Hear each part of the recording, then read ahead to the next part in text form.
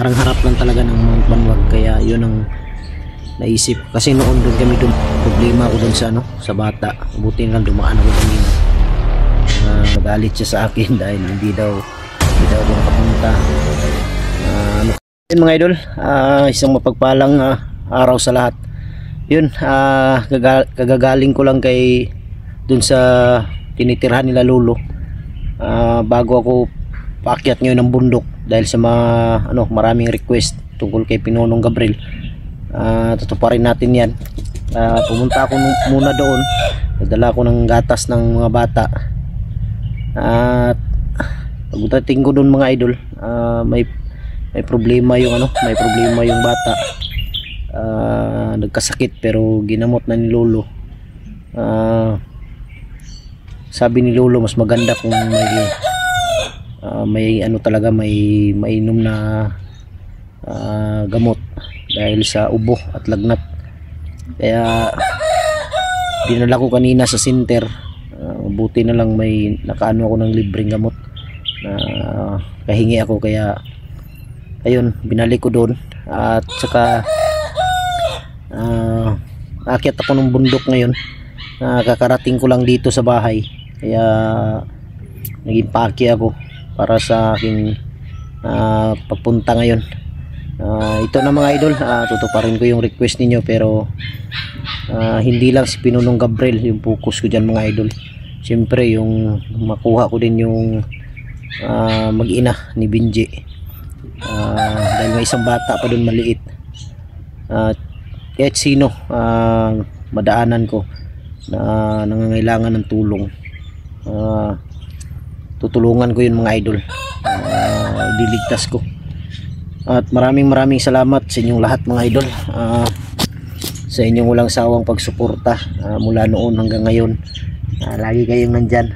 At may nagbigay din na pangbaon sa bundok. Yun, dinagdag ko din pangbili ng gatas ng mga bata, pagkain nila, para hindi sila maubusan ng pagkain. Malaking tulong na yun para sa kanila. Kahit na ngayon tumatama talaga na balik ng bundok. Siguro doon ako dadaan mga idol sa dinaanan namin nung papunta kami doon nung may request din na i-rescue doon sa parang Simiko yata yung nabihag. Doon kasi kami dumadaan sa Banwag. Kaya doon kami dumadaan kasi parang doon malapit yung area papunta doon sa area kung saan nandun sila Pinonong Gabriel. Kaya doon ako dadaan ngayon, at para rin makita ko yung kung ano na ang sitwasyon ngayon sa Mount Banwag, para malaman natin kung okay pa ba ang Mount Banwag ngayon, kung ano na yung mga nabago or may naitayo na ba dong mga kampo. Kaya yun ang alamin ko ngayon. Yun, kararating ko lang. Yan, ko muna yung bag ko kasi medyo basa pa. Malapit na yung pag hindi na siya basa, lagyan ko na lang gamit para makaalis na ako agad ngayon.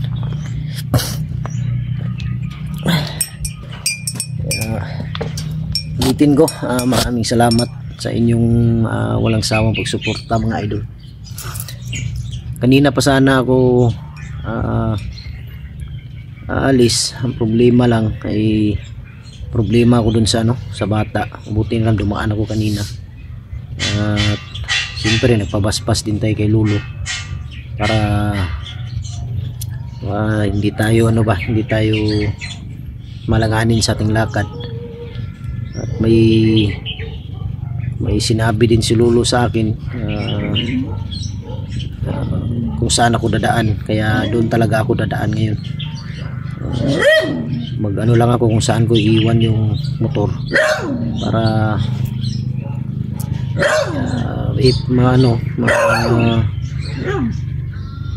maipit ako, madali akong makapunta sa motor, makaalis sa area. Kita ko kasi yung yung area nila, parang harap lang talaga ng Mount Banwag, kaya yun ang naisip ko. Kasi noon doon kami dumaan doon kami dumaan punta doon. Hindi lang kami nakarating ang panahon na yun dahil daming harang sa daan namin sa papunta na talaga doon sa area nila. Sana makarating tayo ng ligtas at walang masamang mangyari sa atin. Para ito ng kunti mga idol, ingay ng aso. Wow. Buti na lang ay hindi umulan ngayon, pero sigurado ko mamayang hapon ito ulan to. Walang problema mga idol kung dun sa marami namang masilungan. Ako lang muna ang mag-isa aakyat kasi si Bunbun gusto ko sanang isama pero hindi pa pwede dahil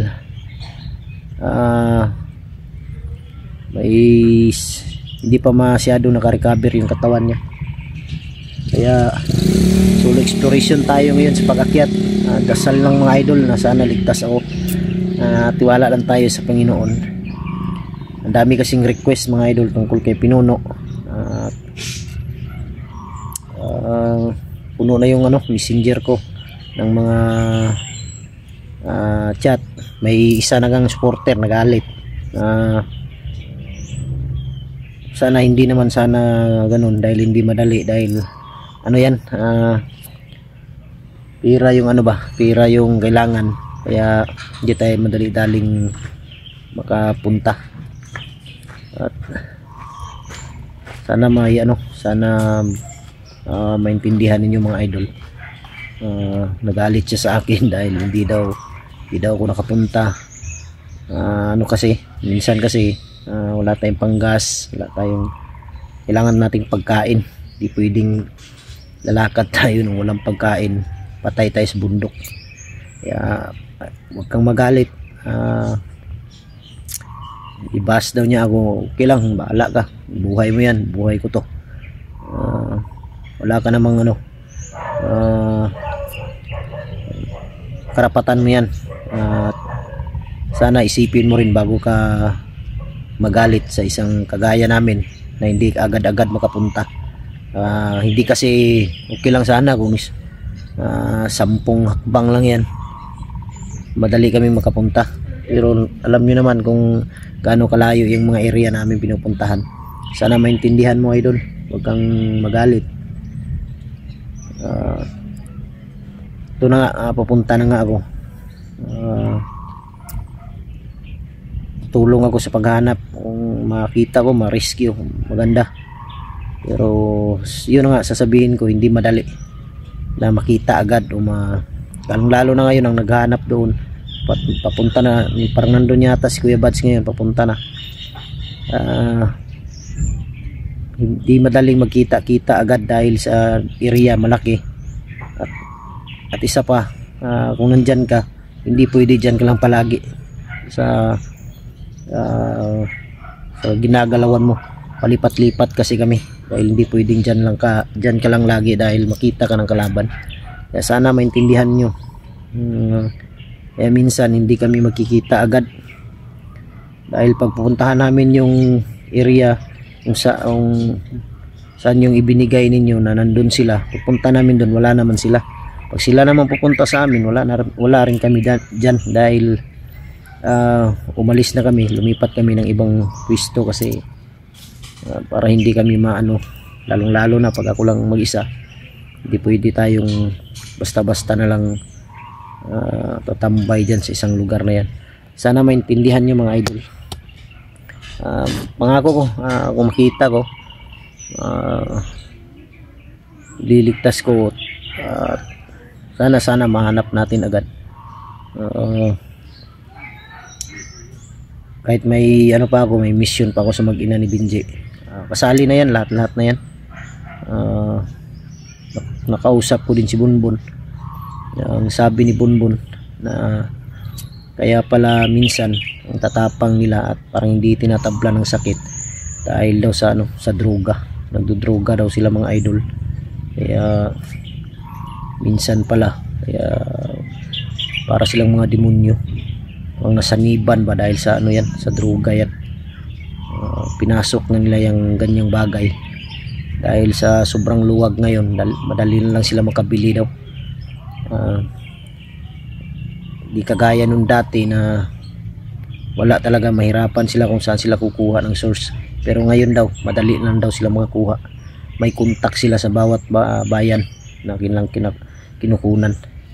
Yun ang babantayan natin. Mabuti na nakuha ko si Bunbun. Nailayo ko sa dahil na pinagamit daw siya, pinilit siya mga 2 bisis yata. Parang daw siya, hindi niya maintindihan yung sarili niya. Parang wala daw siya sa gusto niya, sa isip niya gulo palagi. Kaya dahil yun sa dahil yun sa drugs. Yun, sana ito na lang yung bagong hintay ko na para hindi nabasa, para tawag dito Tagalog sa Bisaya pa uga ba. Pag mauga na ni diha na ko mo mulakaw na ko para masudlan o kuan ba, para mapasukan na ng mga damit. Pag matuyo na, tuyo pala, pag natuyo na tong bag ko kasi basa pa, alis na ako agad. Pero naka-ready na yung mga gamit ko dun sa loob, mga dadalhin ko, pagkain, power bank, para dipinsa yung power bank. Pag wala kang power bank, patay. Kailangan may power bank talaga dahil pag nalubat ka, charge agad. 2 power bank yung dala ko ngayon. Pagkain, dilata.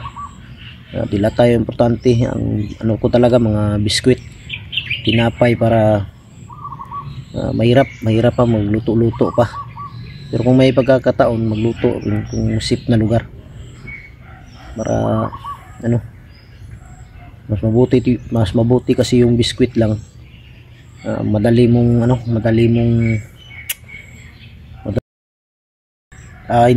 hindi mo nalutuin pala. Hindi mo nalutuin. Kain na lang diretso, wala nang wala nang luto-luto pa. Pag makaramdam ng gutom, kain agad ng biskwit. Importante din tubig. Pero minsan kung wala nang tubig talaga, pag umulan, sa ulan na lang, para namang yung tubig sa ulan, para ring mineral water, masarap din, matagal na. Kaya yun ang sitwasyon namin sa bundok mga idol. Di madali, dami pang lamok, mga ahas, yung mga insekto, na yung mga putake, yan sakit yan pag nakakagat.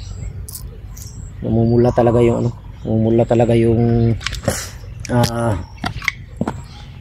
pag nakagat ka, lalo na pag allergy. Yun. Sana hindi ulan ngayon, para hindi tayo mahirapan pag akyat sa bundok. Kasi kung ulan kasi, yung motor ba mahirap, lalo na yung maputik. Yun ang problema.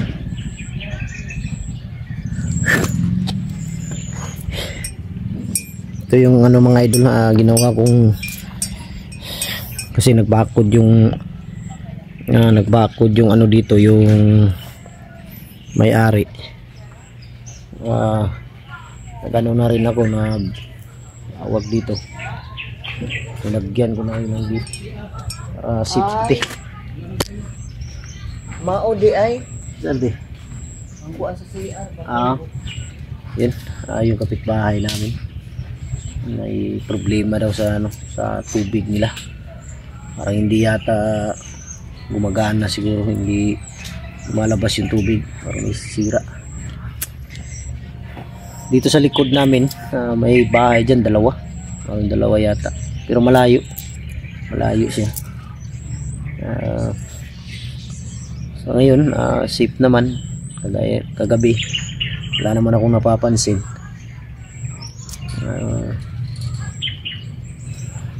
Buti na lang nandito yung isa kong kapatid, lalaki, at dito ko muna pinatambay habang wala ako dito, para may kasama sila dito, yung mga bata at saka yung asawa ko, kasi natatakot na sila kung sila lang, hindi kagaya nung dati simula nung pinasok ko dito. Kasi kaya iusap ako sa kapatid ko na dito muna kayo mag-asawa para may kasama sila.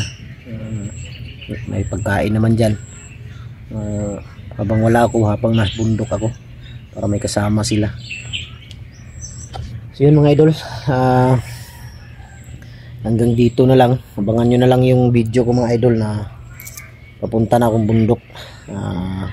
Problema lang talaga ako sa bata. Pero okay na yun, may gamot na yun. Nagamot na rin ni Lolo. Sabi ni Lolo na ano daw yun,